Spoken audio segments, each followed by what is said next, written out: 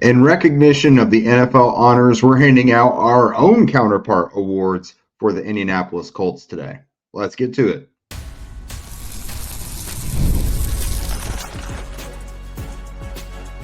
You are Locked On Colts, your daily Indianapolis Colts podcast.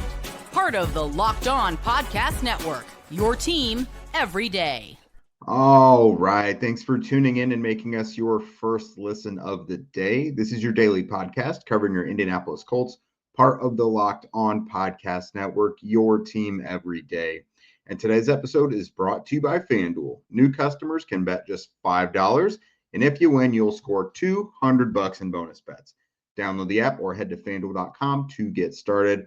What's up, y'all? This is Jake Arthur of HorseshoeHuddle.com. And today, in honor of the NFL honors on Thursday night, which handed out all the big awards for the season, MVP, Offensive Player of the Year, Rookies of the Year, all that, we are doing so for the Colts because, of course, the Colts, whether it was Hall of Fame, whether it was anything, didn't get much love when it came to award season. So we'll recognize the season we all just watched. I mean, we watched 17 games of the Colts. It's the team we all know the most about. So we'll hand out some awards. I mean, it's one of those things where I think some people still have a sour taste in their mouth, but it's the off season. It's time for new beginnings. So we'll put a nice little bow on things today, so to speak. So we're going to focus on, we'll talk about the Hall of Fame. That was obviously the biggest thing announced last night. Reggie Wayne and Adam Vinatieri not making it. We're going to get into some things specifically on the offensive and defensive side for the Colts, but we're going to start with the biggies, some of the team-wide ones: MVP, Comeback Player of the Year, and Coach of the Year for the Colts. So MVP, this one was a little tough. I narrowed most of these down to 3 or 4 candidates. Some of them, there really weren't that many to choose from, so I really only did 2. So when I was thinking of MVP for the Colts, I put Quenton Nelson, DeForest Buckner, and Anthony Richardson as my candidates. There are obviously other guys who would have an argument for it, guys who'd be deserving or are good stories. But when it came down to it, I looked at these 3 guys and I was like, when it came to winning and losing or success on their side of the ball, these guys really stood out to me as the most deserving. So we'll go through the candidates real quick and then ultimately who I chose for each. So with Quenton Nelson, he earned the Pro Bowl. He was a second-team All-Pro. According to Pro Football Focus, he got an 81.3 grade, which was the number 16 offensive lineman overall, the number 7 interior offensive lineman, and the number 5 guard overall. He had a few down years in the middle of his career. I think it was the first 3 years of his career, got off to a really hot start. Then had a 2 or 3 year stretch where he was really affected by injuries. But this last year, 2024, he was back on top of his game, back getting those elite grades from Pro Football Focus again, officially being Quenton Nelson again. So this was huge for them. He led the offense in snaps overall, well over 1,000. Led a Colts offense that was number 8th overall in rushing. And when you look at it, Jonathan Taylor had a bounce back season. A lot of that was due to Quenton Nelson's dominance. Anthony Richardson was a really good runner, whether it was between the tackles or outside. Quenton Nelson paving the way, again, whether it was outside, pulling for Richardson or being the lead blocker, just kind of mauling his guy up front. So to me, Quenton made a lot of things happen for his guys up there. DeForest Buckner, this was one of those ones where a guy's absence really shows his value. So he had that high ankle sprain that he suffered in week 2. He missed 5 games. But when you look at his stats by the end of the season, again, missing 5 games, they really were not all that far off from what a normal season for him would be, or even a good season. And then I'll get to it later in another section. But when you kind of average out his per game stats, it wound up being one of his best seasons of his career. But yeah, when you look at Buckner's absence, the Colts definitely were hurt there. I think they gave up 25 more yards per game when he was gone versus when he was in there. I think we all remember the Colts could barely get to the quarterback to save their lives when Buckner was out. But when he returned, everything kind of turned back on. And then Anthony Richardson, obviously an odd season for him. He got benched for a couple games, missed more games due to the back injury and the oblique. So obviously not what you want to see. Value right there is immediately hurt, but he was 6-5 as the starting quarterback compared to 2-4 for Joe Flacco. So the two quarterbacks who started, there was one of them who was able to win more than he lost, and that was Anthony. So ultimately, between Nelson, Buckner, and Richardson, I went with Quenton Nelson.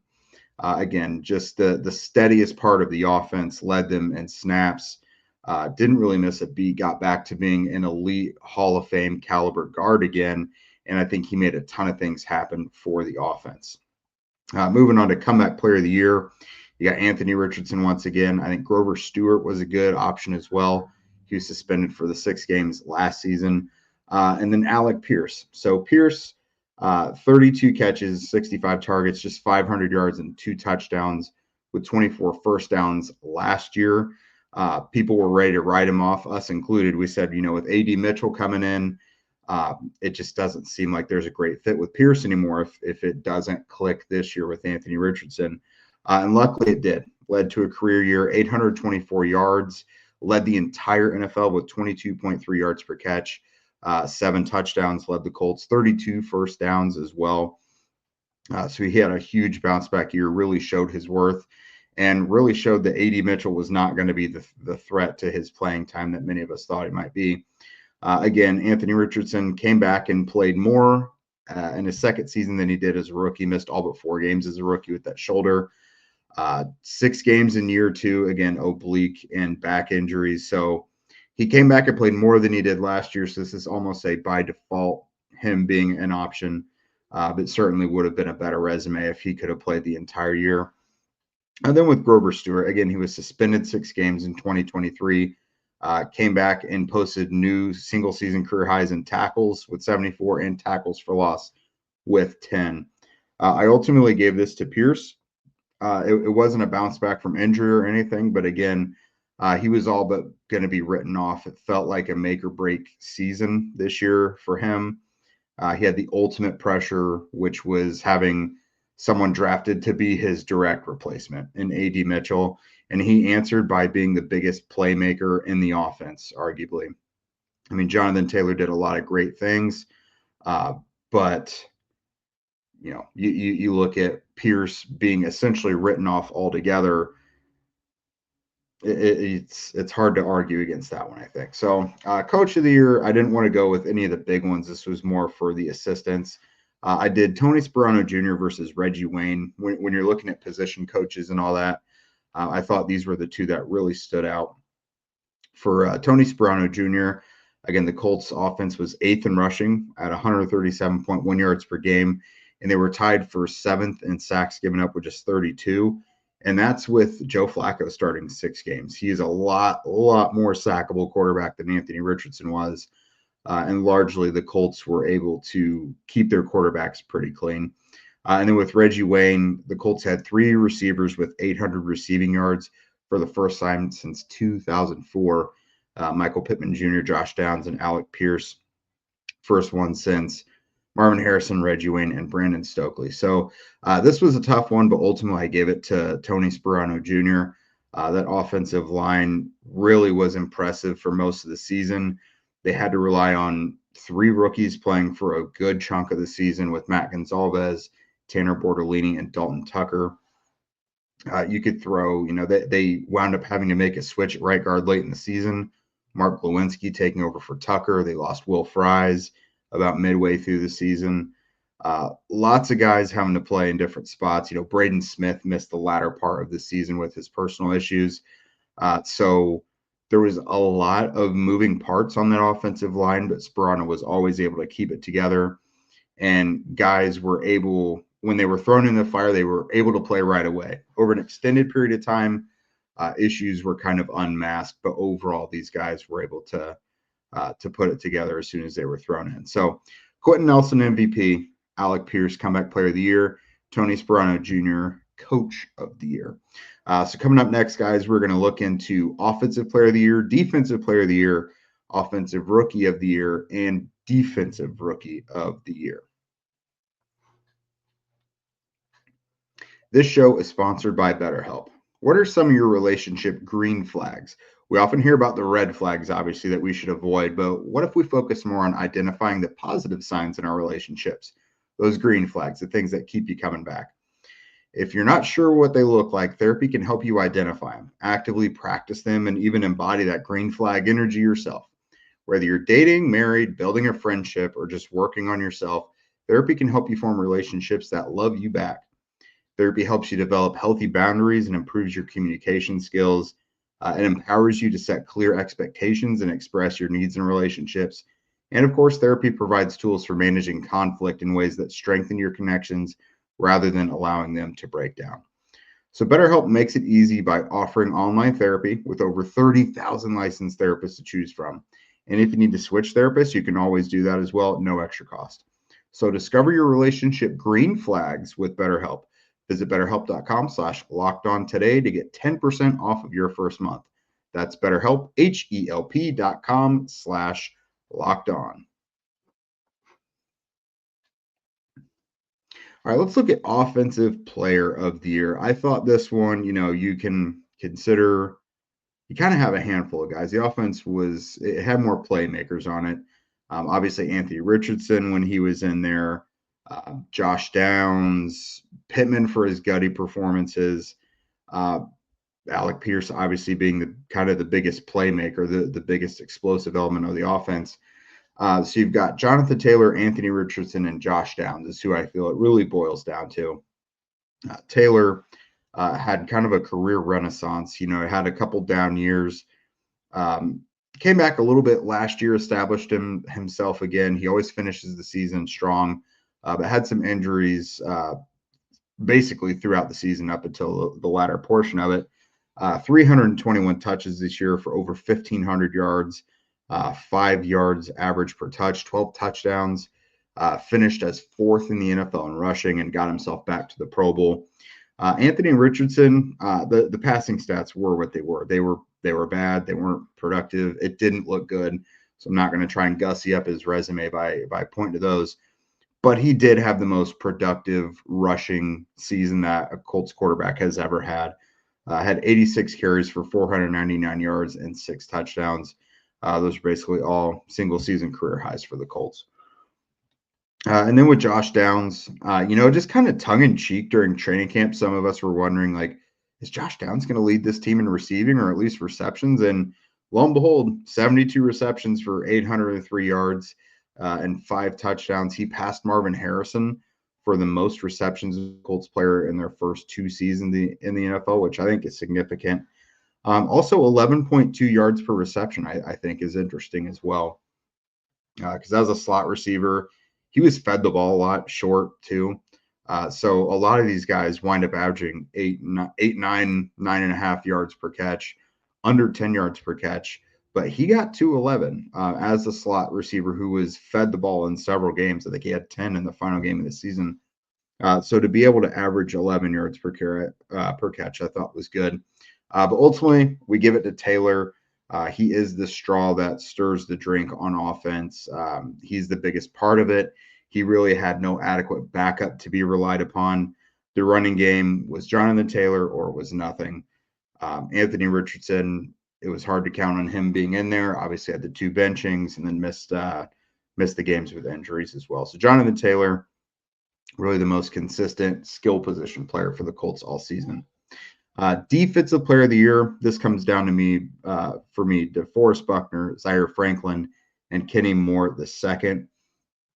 So DeForest Buckner, I mentioned earlier, if you take his per game averages and just kind of extrapolate it over a whole season, 86 tackles, 11 tackles for loss, 9 sacks, 20 quarterback hits. That's a really big season. That right there is one of the biggest statistically for him. Whatever way you look at it, it's either the second or third most productive season of his career. And, he missed those 5 games with the high ankle sprain. But once he came back, he was hot and he looked great on the field. And I alluded to this earlier. The Colts defense allowed 375 yards per game without him in those 5 games, but just 356 per games with him on the field. So a whole 20 yards per game difference in him being out there. kind of reminiscent of Grover Stewart being gone the year before versus when he came back. So very clearly night and day for DeForest Buckner. Kenny Moore, not his strongest season overall, but I thought one of the most bright spots in the secondary. Jalen Jones and Samuel Womack were nice stories. They were good players for the Colts. They did their jobs, but Kenny Moore, missed a couple games, but still wound up tied for the lead in interceptions with 3. He's a guy that can get to the quarterback. He gets tackles for loss.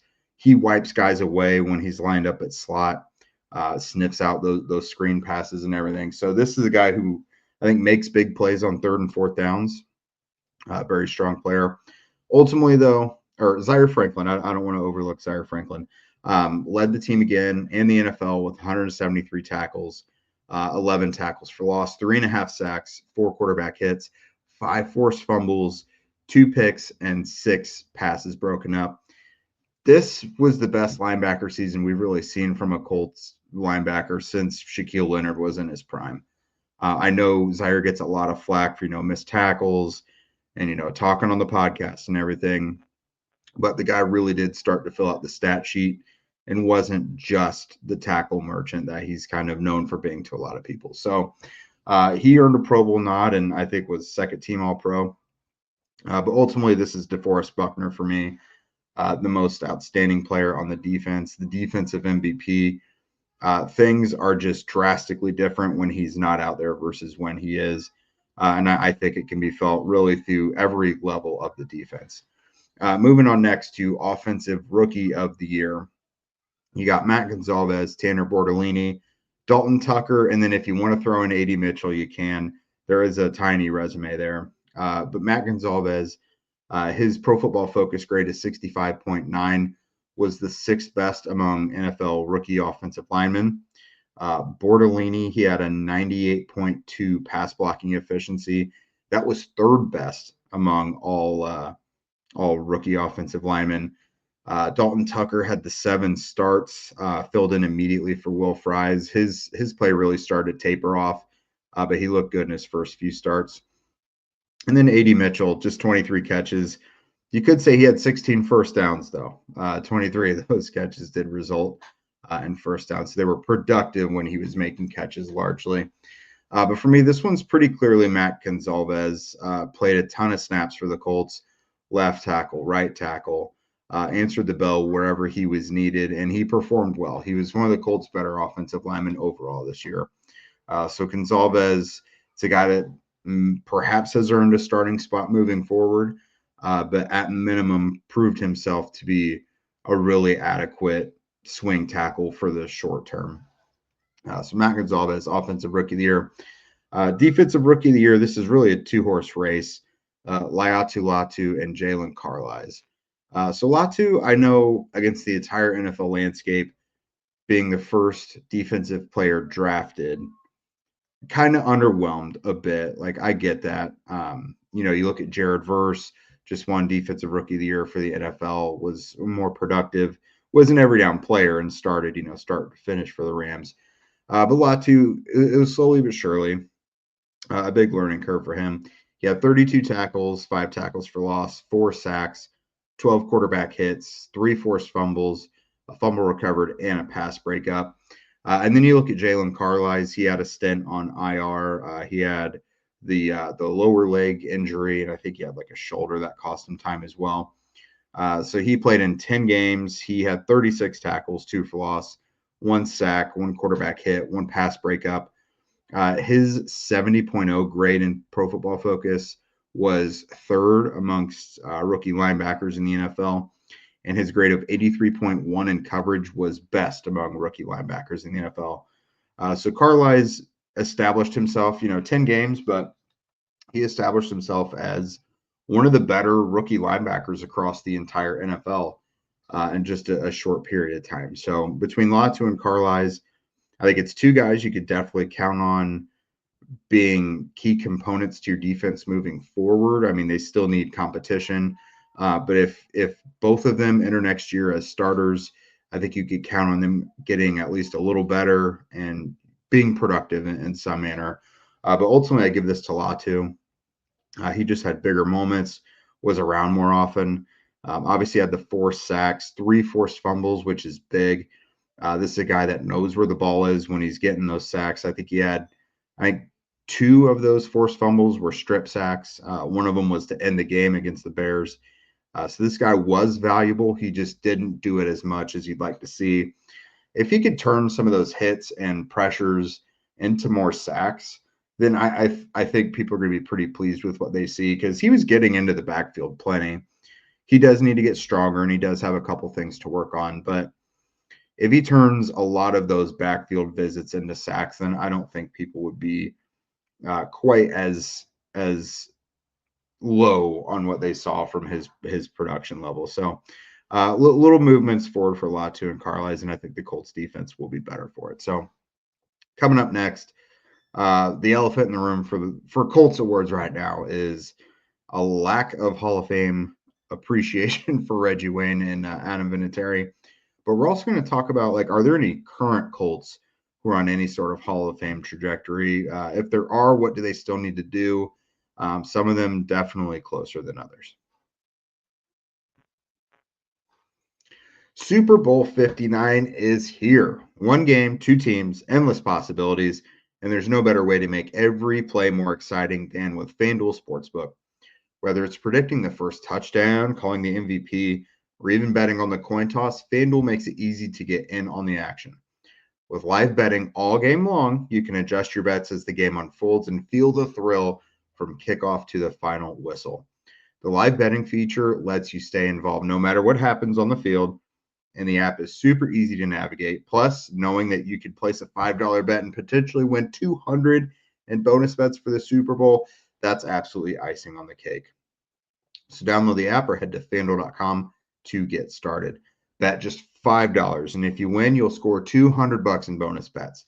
That's FanDuel.com. Bet with FanDuel, official partner of Super Bowl 59. And again, the big game is almost here, just a couple days away, and there's no better way to make it even more exciting than with PrizePicks, the best place for daily fantasy sports. With over 10 million members and billions in winnings awarded, PrizePicks makes it fun and simple to get in on the action. Here's how it works, because it's not the same as all the other outlets. You just pick more or less on at least 2 players' projections, and if you're right, you could win up to 1,000 times your cash. PrizePicks even has a free pick for the big game where Patrick Mahomes only needs to throw 1 yard to win. I feel fairly confident in that one being achieved. Pair that with 1 more correct pick and you're cashing out. So check out the promos tab to tail any of the super sweet milling winners. Big game lineups. If you tail a lineup that goes for 3 for 3, you can win a split of $1 million in promo funds. So download the app today and use code LOCKEDONNFL to get $50 instantly after you play your first $5 lineup. That's code LOCKEDONNFL for $50 instantly after you play your first $5 lineup. PrizePicks. Run your game. All right, let's talk Hall of Fame, guys. So the Hall of Fame has kind of adjusted the way they do things. It kind of makes it a little more difficult for guys to get in.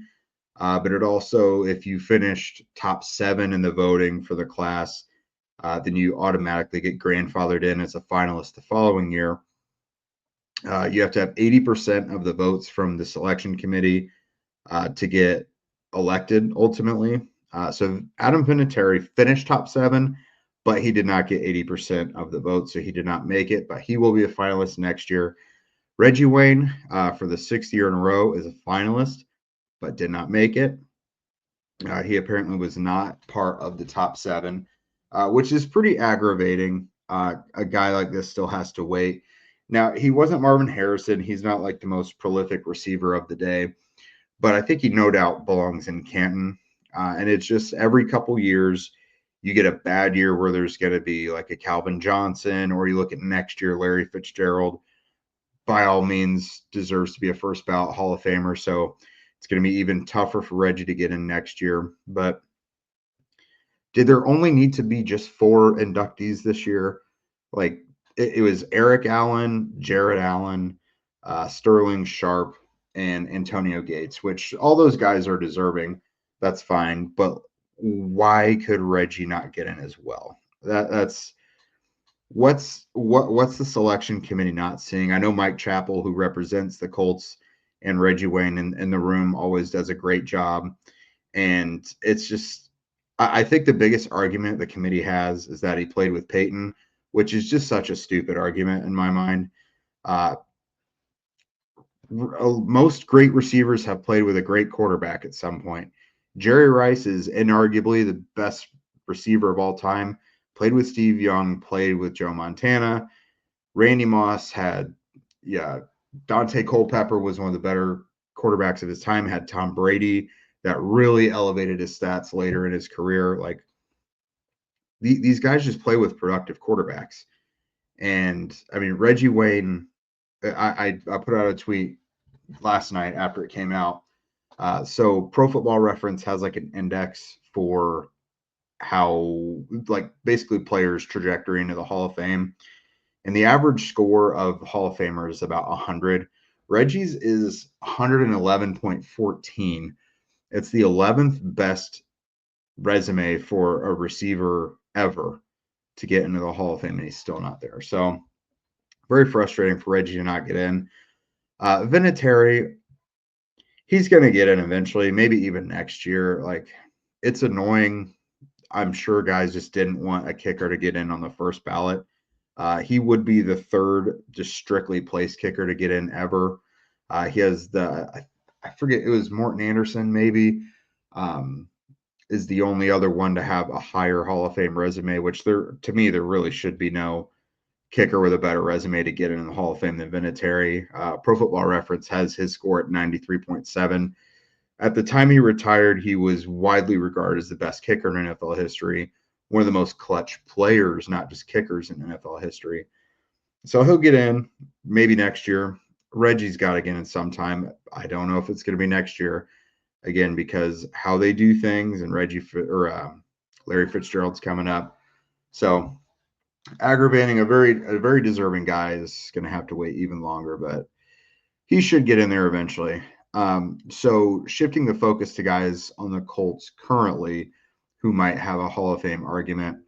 No one's got like a super tight grip on it yet. But like if you look at going by the Pro Football Reference scores, Quenton Nelson's score is a 50.1.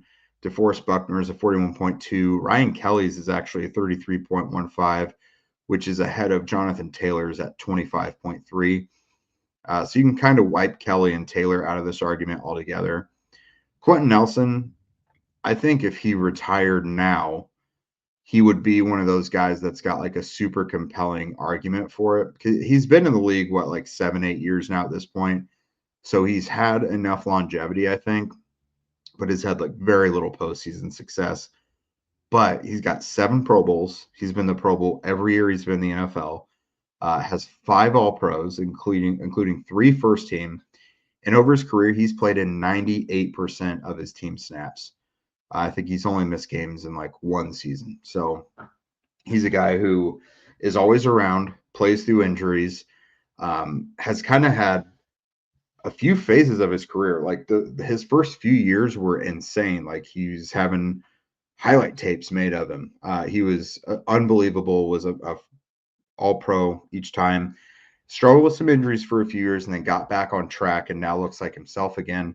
So this is a guy who, again, I think if he retired now, he would have an argument for it. But to me, all he's got to do is string a couple more really productive seasons together, earn a couple more All-Pros or Pro Bowls, and he'll probably be in. DeForest Buckner, I think he's going to need a Super Bowl, and I think he's going to need at least 3 or 4 more really productive seasons. So he's got 3 Pro Bowls and 2 All-Pros. His 67.5 sacks right now are 3rd among active defensive tackles in the NFL. Just Cameron Hayward and Chris Jones. So it's pretty impressive. He's 2nd when it comes to tackles for loss at 88. I think Cam Hayward's the only one above him. So right now, he is really the 2nd or 3rd most productive active defensive tackle in the NFL. Of course, Aaron Donald has retired. That is a whole nother thing. That's a guy that's going to be coming up, and he'll be a first ballot Hall of Famer. But Buckner, I think he's got to play longer, probably like 4 or 5 more years. at a pretty high level, and I think he's going to have some postseason success, perhaps even a Super Bowl, because I don't think he's going to get to 100 sacks for his career. He might. I mean, he's, what is that, 32 and a half away. I'm not great at math, but I mean, he's going to have to play at a high level for several more years. He's only about 30, 31 though. So, I mean, he could do it, but some defensive tackles do start to fall apart. Father Time is undefeated. So we'll just have to keep an eye on him. I do think it's in the realm of possibility, but we need to check back in a couple years to see how he's going. Ryan Kelly, I don't know how much longer he's going to play. I know he wants to. It looks like he's probably not going to be with the Colts anymore after this. I think it's probably a long shot that he comes back as a free agent. But he's got 4 Pro Bowls to his name and All-Pro, which was a second-team nod, and he's been in the league for 9 years. Now, we struggled with injuries. I think their argument for him is like when he's on the field, he's among the best centers in the league, and he's got the 4 Pro Bowls and the 1 All-Pro. I think those are the biggest feathers in his cap. Ultimately, I think Ryan Kelly falls into the Hall of Very Good, but probably not quite Hall of Fame material. Jonathan Taylor's interesting because it's going to be all about longevity for him. He's like top 12, top 15 among active running backs, but like that actually ranks pretty low because you've got, the Derrick Henrys of the world, Alvin Kamara, Christian McCaffrey, all these guys who've been in the league for a while, longer than him, who have, the bigger bodies of work. But again, I think it all comes down to longevity with him. He does have 2 Pro Bowls and an All-Pro. He was the 2021 rushing champ and was just 4th in rushing this year. But I think the biggest thing for him is he is actually number 1 among active NFL running backs in rushing yards per game. More than Derrick Henry, more than Christian McCaffrey, more than Nick Chubb. 89.7 rushing yards per game for his career is number 1 in the NFL right now. So if Taylor can, again, string that together for like 5-6 more years, he's going to have to hit at least 10,000 career rushing yards. That's like a baseline. If he can get to like 10,000 rushing yards, 100 100 overall touchdowns, I think it really strengthens his argument. He's going to have some postseason success as well because he had one superhuman season and they didn't even get to the playoffs. So he's going to have to get into the postseason and have some success there. But that one's tough. Again, I think he's had a really good career. He's unfortunately been plagued by injuries, but if he can string together several more productive years, I mean, some of these guys are lasting longer. I mean, Derrick Henry's a freak of nature. He certainly will be in the Hall of Fame one day, but it's iffy for Taylor. I think his chances are definitely better than Ryan Kelly's if he can string together more time, but probably not as strong of a case as DeForest Buckner. I think there's just been a lot of really productive running backs in the last 15, 20 years, and that might be kind of a tough road. So we'll see. Maybe if he gets another rushing title or 2 out of this, he can have a good argument. So thanks for listening to me, guys. I would love to hear your thoughts as well. So dump all of your thoughts on who would win your awards for the Colts in here on the comments. Thank you guys for making Locked On Colts your first listen today. Next, go find Locked On NFL running 2 shows per day. First, the madman Tyler Rowland is going to kick off your morning with a double shot of NFL espresso, and then stop by the barbershop with Tony Wiggins for some real NFL talk. Find Locked On NFL on YouTube or wherever you listen to podcasts. And don't forget, if you want to become a Locked On Colts insider and chat with us directly, get the inside scoop, follow the link in our show notes. If you don't already, please follow at Locked On Colts, at Jake Arthur NFL, and at Zach Hicks2 on Twitter. We are also on TikTok and Instagram. Also, please subscribe on YouTube and wherever you listen to podcasts. We would love your ratings and reviews as well. And with that, we will see you guys next week.